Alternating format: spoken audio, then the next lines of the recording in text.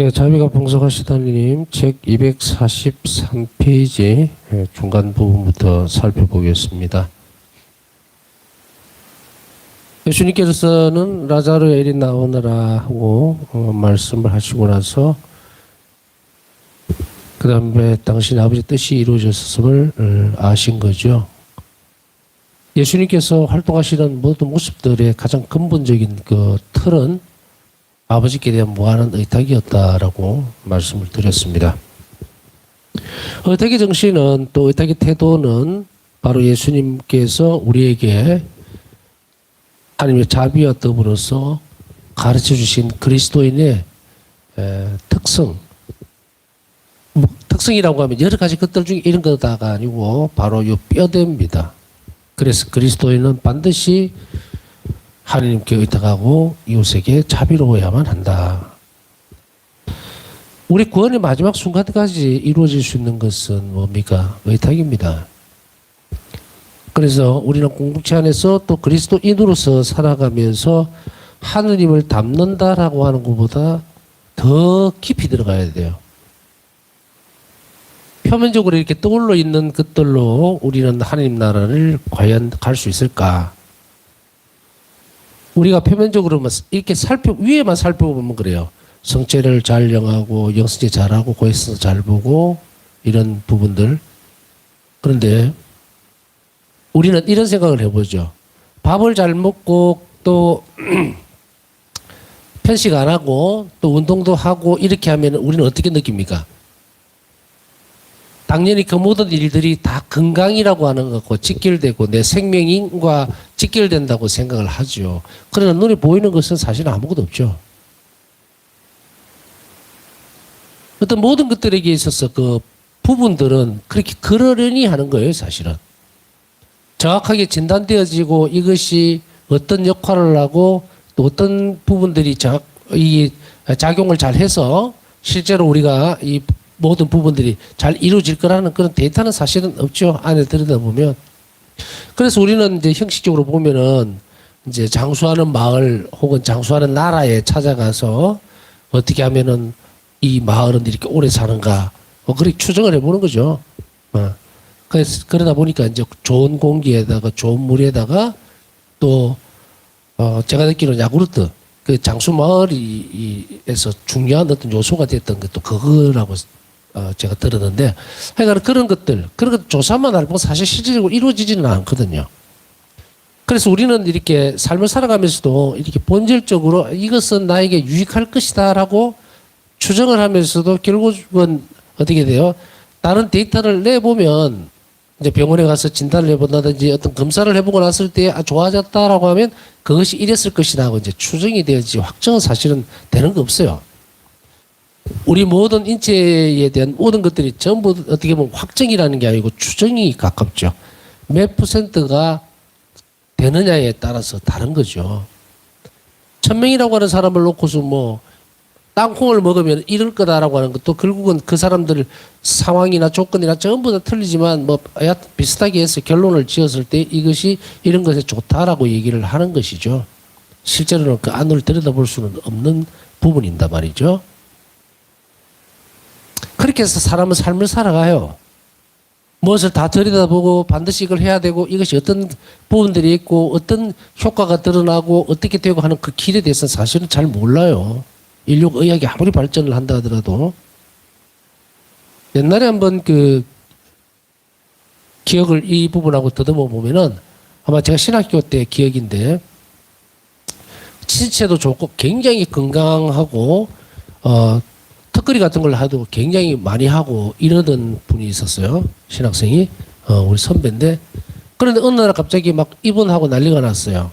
왜 그러냐라고 했더니 이제 본인은 막 신체가 상당히 조건이 좋거든요. 조건이 참 좋은데 운동을 해도 막 근육질이고 또 아주 균형도 잘 잡혀 있고 이래요. 그런데 어느 날 갑자기 등 쪽에 문제가 생겨가지고 병원을 가니까 뭐라고 얘기를 하느냐면 뼈가 튀어나왔는데 이게 오래됐다는 거예요.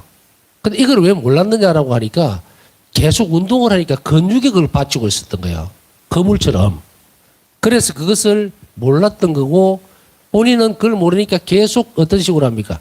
등이 아프니까 이 부분이 좀 약해서 그런가 보다고 계속 운동을 하는 거예요. 그러니까 결국은 뭐예요? 등 쪽을 튼튼하게 만들기 위해서 했던 운동이 역작용이 일어났죠. 안에 일어나는 그 뼈가 휘어가고 튀어나오는데도 그 어긋나가 있는데도 그걸 모를 만큼 그 통증을 모를 만큼 있다가 마지막 순간에 이게 튀어나오니까 이제 급히 수술하고 뭐 이렇게 했던 기억이 나는데 마찬가지로 이렇게 영향을 주고받는 것에 있어서는 세세하게 이것이 꼭 그럴 것이다는 것은 없어요. 그런데 우리 영성생활에 있어서는 달라요. 제가 이 말씀을 왜 드리냐면 이제 이리로 넘어가 봅시다. 우리 영성체를 한다든지 미사섭리를 한다든지 또 고해성사를 본다든지 이 성사 생활을 하는 데 있어서는 이렇게 하면 좋을 것이다라고 하는 추정치를만 내지 그 안으로 더 들어가서 고해성사에 대한 것을 예를 들어서 얘기를 할 때 그 고해성사에서 이 길을 이렇게 순차적으로 이렇게 가면 영혼이 이런 곳에 이를 것이다라고 하는 것은 데이터를 얘기하는 게 아닙니다. 우리가 이웃에게 자비로워야 되고 하나님께 의탁해야 된다는 것은 이렇게 하면 이렇게 되겠지 하는 어떤 평균적인 아까 앞에서 말씀 쭉 드렸죠. 평균치를 내서 그렇게 될 것이다가 아닙니다. 반드시 이러할 것이다라는 거예요. 반드시. 그렇기 때문에 우리가 성체성사 영성체를 하면서도 아까 뭐 운동이라든지 뭐 음식이라든지 얘기를 했지만 이렇게 먹으면 괜찮을 거야 이렇게 된단다 좋다더라 그런 것이 아니고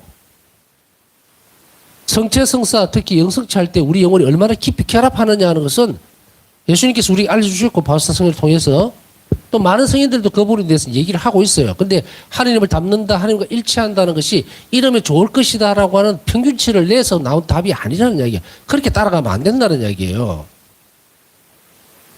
지금 우리는 자비신심을 살아가면서 특히 기도에 대해서 보면서 우리가 계속 강조되어지는 것이 뭡니까? 그리스도인들이 가지고 있는 근본적인 특성, 그리스도인들은 반드시 이러해야 된다는 것은 하나님께 의탁하는 태도, 의탁하지 않으면 안 된다예요. 안 된다. 이걸 의탁하지 않으면 뭔가 좀 다른 뭐 100%에서 한 90% 1등이 아니니까 한 2등이나 3등점 하면 되지. 그런 게 없어요. 무조건 1등 해야 합니다. 바울 사도가 이 부분을 강조하고 있으니까 여러분들이 잘 아시죠. 마라톤에서요. 월격을 쓰는 사람은 뭐라고 합니까? 1등 한 명밖에 없다고 하죠. 그렇기 때문에 마지막 순간까지 충실하게 달려야 하고 그 지점에 이르러야만 돼요. 기도 생활도 점진적으로 이렇게 하면 좋다더라라는 것으로 해서는 안 된다는 이야기예요. 이렇게 배웠고 이렇게 살아왔다면 다 뜯어고쳐야 됩니다. 기도는 하나님과의 완전한 일치, 내 영혼과의 성장, 그리고 예수님께서 내 안에 사시도록 하실 수 있는 것, 하나님과 통교뿐 아니라 은총의 통로가 되는 것도 기도라는 것을 분명하게 하지 않으면 누구 말 맞더라 카더라 이거 먹으면 좋다 카더라 그 나중에 뻥 빠꾸가 나면은 이거 아니네 누가 이런 얘기 하도록 그 말을 해주는 전문가들도 전부 데이터를 내고 하는 거예요.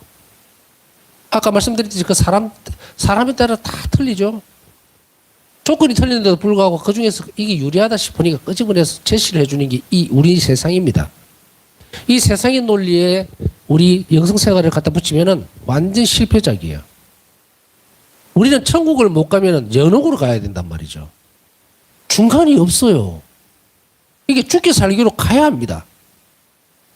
가야 돼요. 그 중간에 뭐, 아이고, 그거 갔다가 뭐, 1등 안 되면 2등이나 하지 뭐, 이렇게 할 수 있는 부분이 아니라는 이야기입니다. 여기 심각성이 있어요. 여기에 우리 그리스도인들이 얼마나 자기 삶을 심각하게 다루어야 되는지, 끊임없이 성찰해야 합니다. 기도 생활을 시작하는 영혼은요, 바울사성녀는 뭐라고 얘기를 합니까, 우리에게? 기도는 필요 없는 사람이 아무도 없습니다. 누구든 기도해야 됩니다. 철저하게 죄인이라 할지라도, 엄청난 죄인이라 할지라도 기도가 필요합니다. 왜? 그 사람은 다시 구원받을 어떤 가능성을 열기 위해서 기도해야 되고, 냉담자들 다시금 돌아오기 위해서 기도해야 하고, 기도는 어느 누구에게든 면제되는 게 아니에요.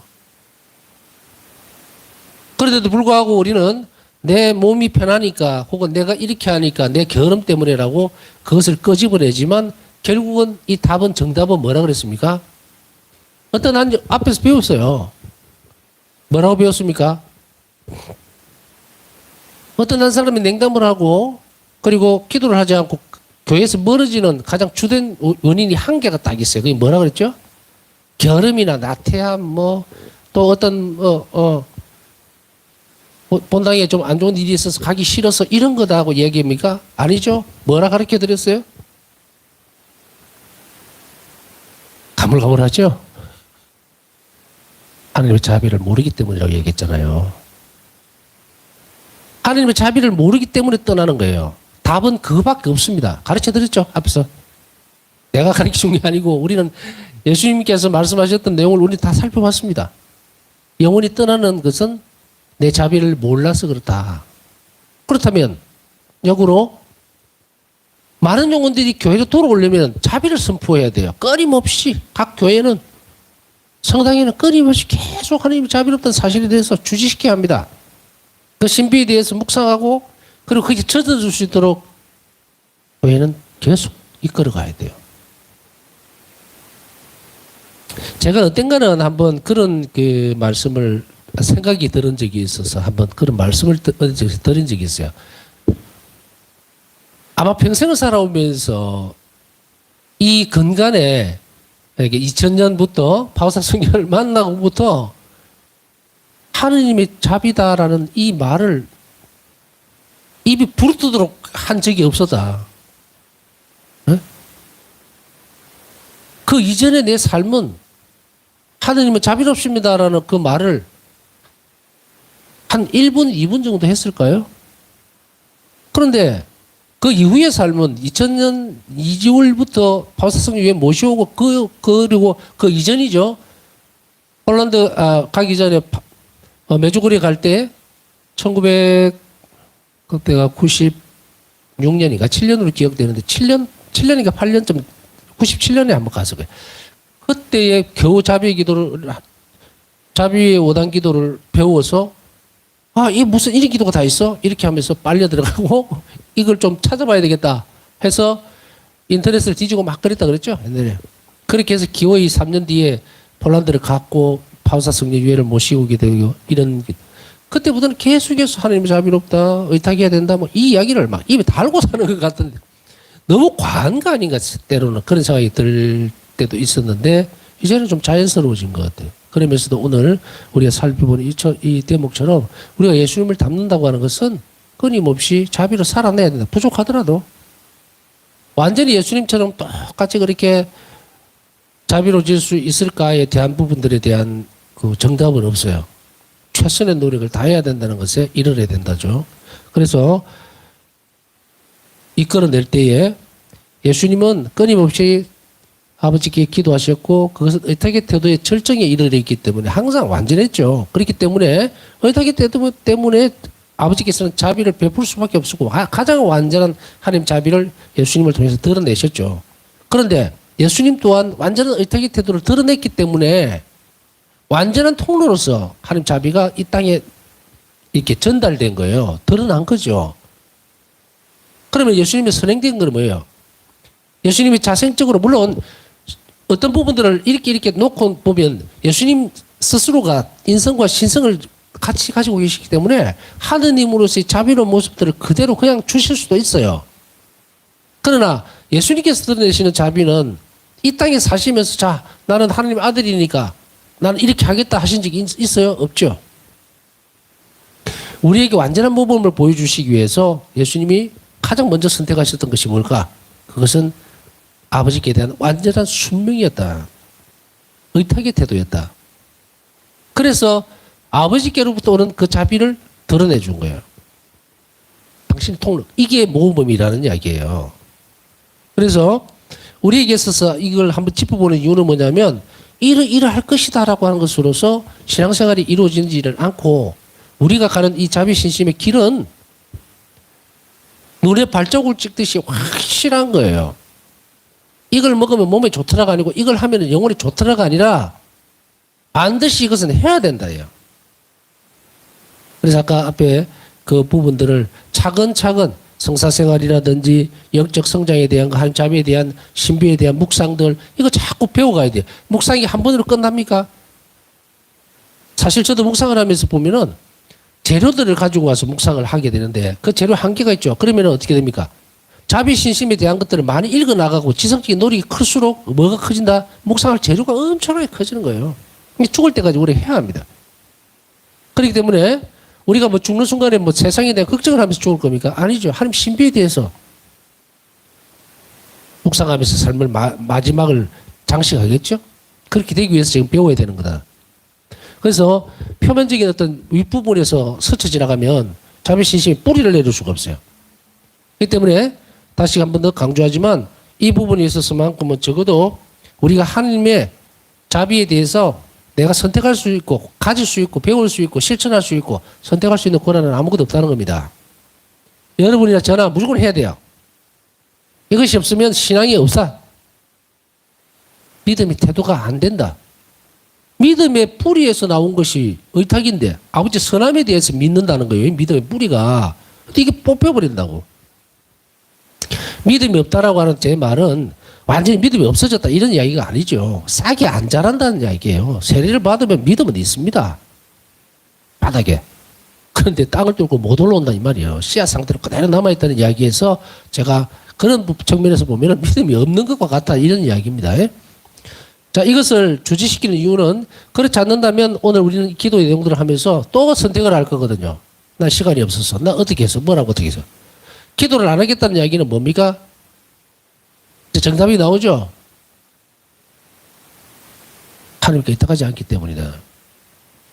하나님이 의탁하지 않으면서도 그래도 성당에 오면은 뭐 기도를 합시고 쭈글쭈글 하면서 뭐 좀 보태주세요. 도와주세요. 기도 아닙니다, 그거. 그냥 중얼거리는 거예요. 그래서 기도도 모든 기도의 바탕도 바로 의탁의 태도를 기본으로 했을 때에 그리고 실전적으로 자비를 실천하는 사람이 드리는 기도가 올바른 기도입니다. 자기는 한 번도 사람들에게 정말 냉정하게 대하고 말이야 가난한 사람 쳐다도 안 보고 자기 욕심만 채리고 있는 사람이 이 사람은 뭐가 빠졌습니까? 자비로운 태도가 빠졌죠.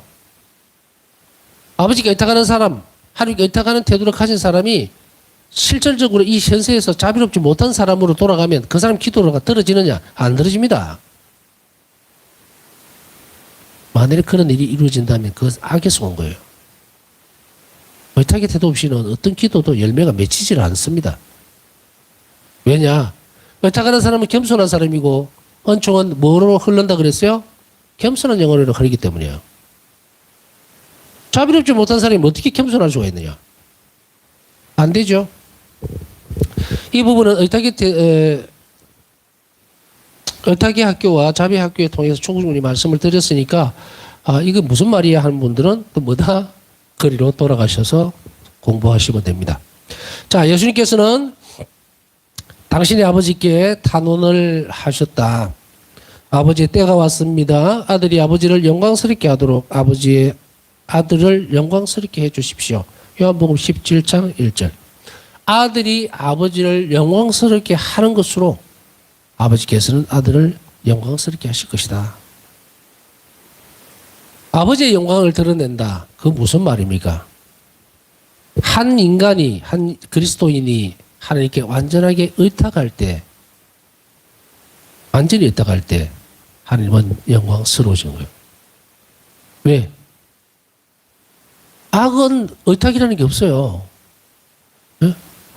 하나님께 온전하게 온전하게 의탁한다는 건 뭡니까? 바람이 부는 대로, 흘러가는 대로, 주는 대로, 주어지는 대로, 그저 주님께 감사드리고 내가 드리는 삶이거든요. 이거 마귀한 데 없어요. 이걸 제일 싫어요. 세상에 제일 싫어하는 게 하나님께 의탁하는 거예요. 믿고 따라가 버리려잖아. 근데 마귀는 계속 뭘 꼬드깁니까? 네 봐라, 네 삶을 봐라, 고통도 서럽지, 어떻게 하나님이 너를 이렇게 버려둘 수 있느냐, 막 온갖 감언 이술을 꼬시고 아버지 선함에 대해서는 귀를 막도록 요구하는 것이 마귀죠. 그리고 바리사이와 세리의 비유를 들어 겸손한 기도의 본보기를 가르치셨다. 자, 겸손한 기도는 어떤 것인가? 어떤 태도로 기도를 바치는 것인가? 세리는 멀찍이 서서 하늘을 향하여 눈을 들 엄두도 내지 못하고 가슴을 치며 말하였다. 오 하느님, 이 죄인을 불쌍히 여겨 주십시오. 루카복음 18장 13절. 겸손의 기도의 본보기 뭘까? 눈을 들지 않았기 때문일까? 하늘을 향해서 엄두도 못 내지 못하는 이 부분들에서 겸손은 무엇이었을까? 이것은 죄인을 불쌍히 여겨 주십시오라는 것은 이 세례기도의 겸손의 기도의 절정입니다. 불쌍히 여겨달라고 하는 이 말은 자신이 하나님께 의탁한다는 이야기죠. 우리는 불쌍해, 어떤 사람에게, 아우, 저를 용서해 주세요. 불쌍하게 여겨 주십시오. 자비를 베풀어 주십시오. 라고 했을 때는 자기 자신의 모든 것이 다 잘못됐다는 걸 인정하는 거거든요. 그러면서도 쉽게 얘기해 우리 갑을 얘기 잘 듣잖아요. 을의 태도로. 그저 갑이 용서해 주기만 바랄 때 이렇게 된 상황. 그 상태가 비굴함이 아니고 겸손함의 어떤 뭐 한 부분이라고 볼 수가 있죠. 사람하고 이제 갑을 관계, 이거는 이제 사람하고 관계에서 이런 걸, 연관 지으면 안 되고, 죄에 관련된 거니까, 하나님께만 자비를 입지 않으면 이것이 어떻게 됩니까? 이 비참한 상태에서 벗어나지를 못하는 그 상황, 그런 상황이기 때문에, 뭐, 갑을의 관계는 아니죠. 그러나 어쨌든 우리가 흔히 뭐 예를 가볍게 들어보자면, 그 갑을의 관계에서도 아이고 용서해 주세요 잘못했어요라고 하면 어떻게 숙이고 들어가는 거죠. 근데 이게 이제 사람하고 관계에는 자칫 그냥 가볍게 들어가는 이야기는 뭐냐면 자칫한 비굴함으로 들어갈 수도 있는데 이 그 세례기도는 그런 것이 아니고 오직 하나님께 자신의 모든 것이 있음을 고백하는 내용, 그것이 바로 겸손한 기도의 본보기였다는 이야기입니다. 용서를 청하는 마음이었죠. 그래서 이 기도가 겸손의 기도의 본보기라고 우리는 복음 안에서 듣고 있습니다. 예수님께서 올리브 동산에서 바치신 기도에서 우리는 청혼 기도를 바치는 합당한 자세를 알 수 있습니다. 자, 기도의 모양들을 봅니다. 위에서 첫 번째는 겸손한 기도의 본보기가 이런 것이다라는 걸 배웠고, 본보기는 자신을 완전히 낮추고 그저 주시는 것을 바랄 때, 그때 의탁의 태도죠. 그때 세리의 기도가 바로 겸손의 본보기가 되는 것이고, 그 다음에 청혼 기도에 대해서, 청혼 기도는 어떻게 바뀌는 것인가? 올리브 동산에서 바칠 때에 합당한 자세를 볼 수가 있다. 이 청혼 기도 우리는 자주 하죠. 개인적으로 뭘 주세요. 아니면 어떤 부분들을 뭐 건강을 주십시오. 또 물질적으로 힘드니까 도와주십시오. 이런 달라고 할 때 그때 청혼 기도죠. 그러나 이 청혼 기도도 그냥 막 때를 써도 이제 무작정 덤빈다고 해서 그게 청혼 기도가 아니다. 예수님이 태도를 잘 봐야 합니다. 아버지께 청을 할 때 어떻게 했는지 그 모범은 이렇게 볼 수가 있죠. 아버지께서 원하시면 이 잔을 저에게서 거두어 주십시오. 그러나 제 뜻이 아니라 아버지의 뜻이 이루어지게 하십시오. 루카복음 22장 42절. 제 뜻이 아니라 아버지의 뜻이 이루어지게 하십시오. 라고 할 때에 이때에 청혼 기도를 바치는 합당한 태도가 나옵니다. 우리는 청혼 기도를 하니까 어떤 때는 막 때를 쓰듯이 막 하나님 목소리는 모르겠다고 막 흔들면서 자기 그만 얘기를 막 하는 경우가 있는데, 자, 일기를 한번 잠깐 돌아가 보면요. 바울사 성령은 어떻게 하셨어요?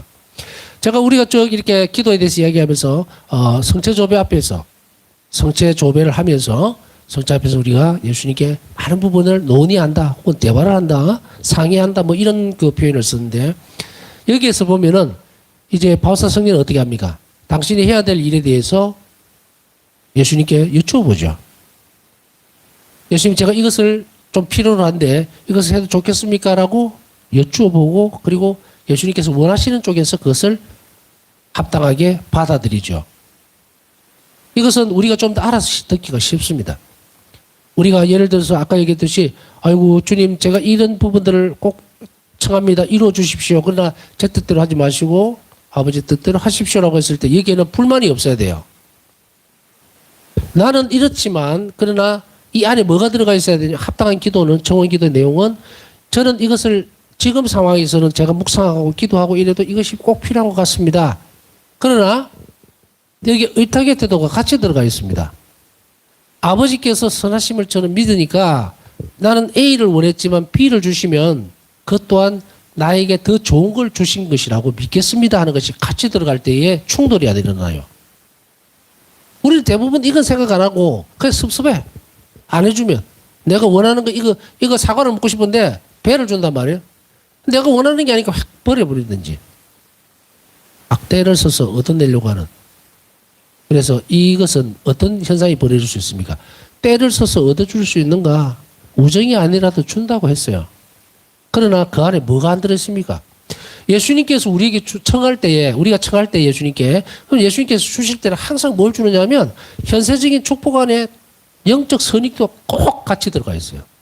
우리가 밥 먹을 때 반찬 먹듯이 똑같이 들어가 있다고. 그런데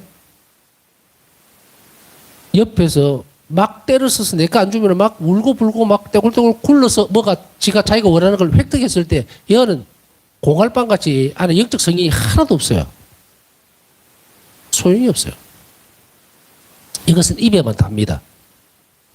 그래서 이런 것만 계속 주워 먹으면 어떻게 돼요? 이빨 다 썩어버리죠. 다 나가버리죠? 그런데 우리는 이 관계를 잘못 형성해 나갑니다.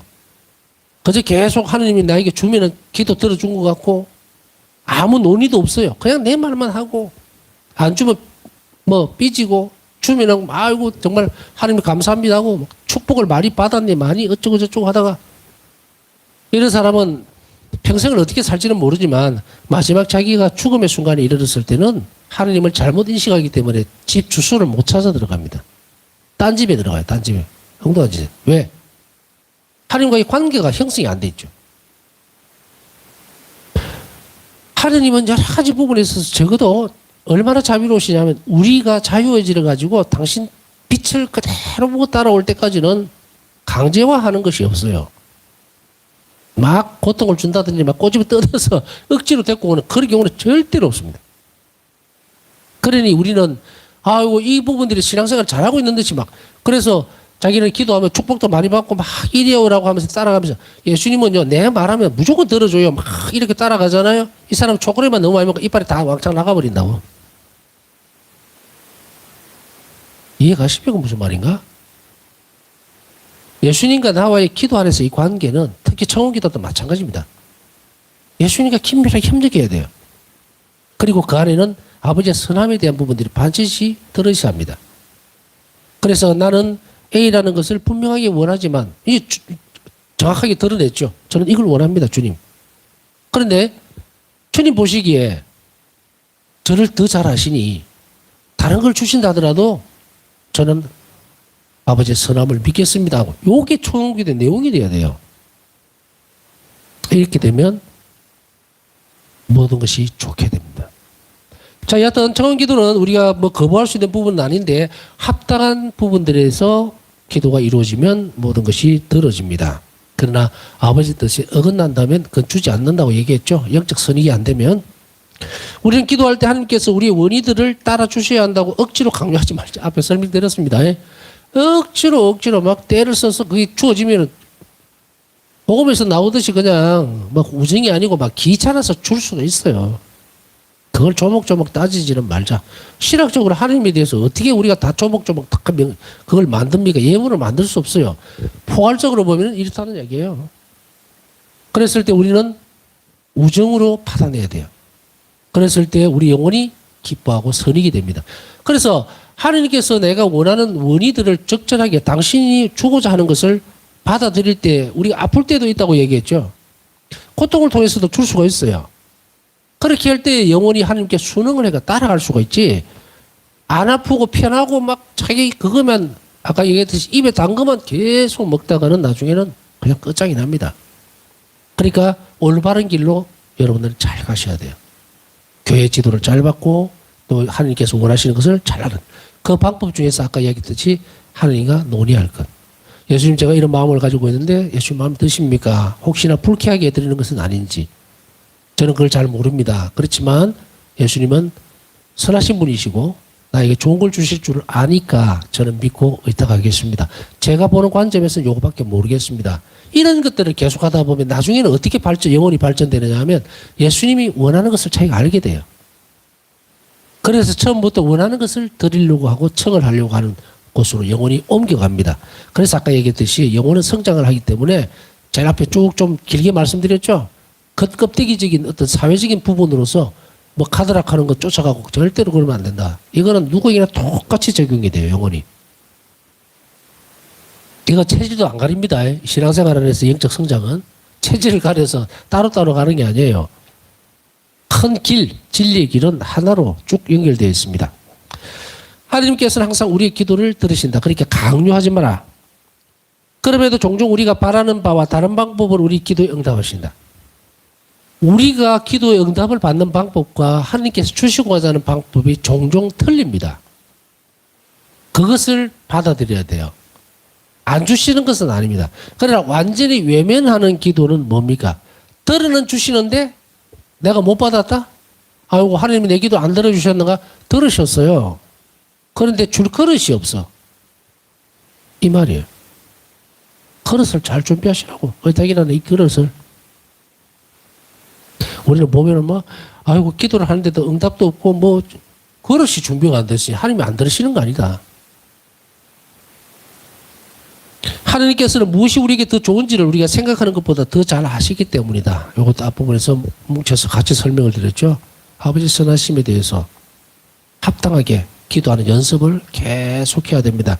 그러다 보면은 나중에는 주님께서 원하시는 것이 이것이었구나 하고 영혼이 성장하면 알아들어요. 어린아이들이 부모들 속을 알 수가 없습니다. 어릴 때는. 그러나 계속 같이 지내면서 대화도 하고 얘기를 하다 보면 어떻게 됩니까? 일치감이 커지다 보면 부모는 요 녀석이 뭘 원한다는 걸 금방 알아요. 그래서 그걸 주려고 하죠. 그리고 자식들은 부모를 볼 때 우리 엄마는 우리 아버지는 이걸 말하면 꼭 주신다. 이것도 알게 되고. 그래서 그걸 청을 하면 받아내고 이렇게 되는 거예요. 연습이 되죠. 그래서 서로를 잘 알아가는 거예요. 마찬가지로 하나님과의 관계도 이렇다. 기도 생활도 마찬가지입니다. 기도는 첫 번째 간절해야 되고요. 두 번째로는 겸손해야 합니다. 세 번째는 주의 깊게 드려야 함을 반드시 기억해야 한다. 즉 기도는 우리 삶에서 가장 중요한 활동이 되어야 한다. 주의 깊게 드려야 한다는 이 말은 무엇으로서 제가 설명을 드리고 싶으냐면 꼭 주어진 시간, 1시간이나 최소한 30분 이상은 고정된 자리에서 기도하라고 몇 번을 강조를 했죠. 주의를 집중해서 기도해야 됩니다. 어떤 분들은 막 다니면서 묵주를 들고 기도하고 다니는 것도 많지만 그런 것도 뭐 나쁜 것은 아닙니다. 그러나 그것으로 의존해서는 안 된다는 이야기예요. 그것으로 끝이면 안 됩니다. 묵상기도도 해야 되고 하기 때문에 고정된 시간을 꼭 정해놓고 하셔야 돼요. 그리고 주의 깊게 해야 되고 겸손하게 한다는 것은 무슨 말인지 알아들으시겠죠. 그래서 간절함이 있어야 돼요. 그냥 들으면 듣고 말면 말고 뭐 주시면 좋고 안 주셔도 할 수 없고 절대로 안 들어집니다. 겸손함은 내 것을 먼저 주장해버릴 때 비출 수는 있습니다. 대화니까 비출 수는 있지만 그걸 고집스럽게 물고 들어갈 때 이거는 겸손이 아니고 교만이에요. 겸손은 뭐다? 하나님께 순명이에요. 이게 하나님께 주시는 것을 내가 받아들이겠다는 거죠. 그래서 이 부분들이 반드시 갖추어져야만 된다는 것과 그리고 기도는 우리 삶에서 가장 중요한 활동이 되어야 돼요. 무차적으로 남는 시간에 뒤에서 기도를 하는 것이 아니라 기도가 가장 중요한 것이 되고 그 다음에 내 삶이 그 기도에 묻혀 들어가야 된다는 것을 우리는 반드시 알아야 합니다. 남은 시간 묵상하면서 기도를 잘하기 위한 기도 그리고 기도를 통해서 은총을 얻는 법 그것을 우리는 조금 살펴봤습니다. 이 길은 진리의 길이고 반드시 가야 할 길입니다. 모든 그리스도인들에게. 그래서 우리가 겸손하게 이렇게 기도하면서 오늘 묵상을 해야 합니다. 주님 저에게 기도하는 법을 가르쳐 주십시오. 그래서 하나님이 원하시는 것을 내가 청하고 또 기도할 수 있도록 도와주십시오 하는 마음으로 남은 시간 묵상하도록 하겠습니다.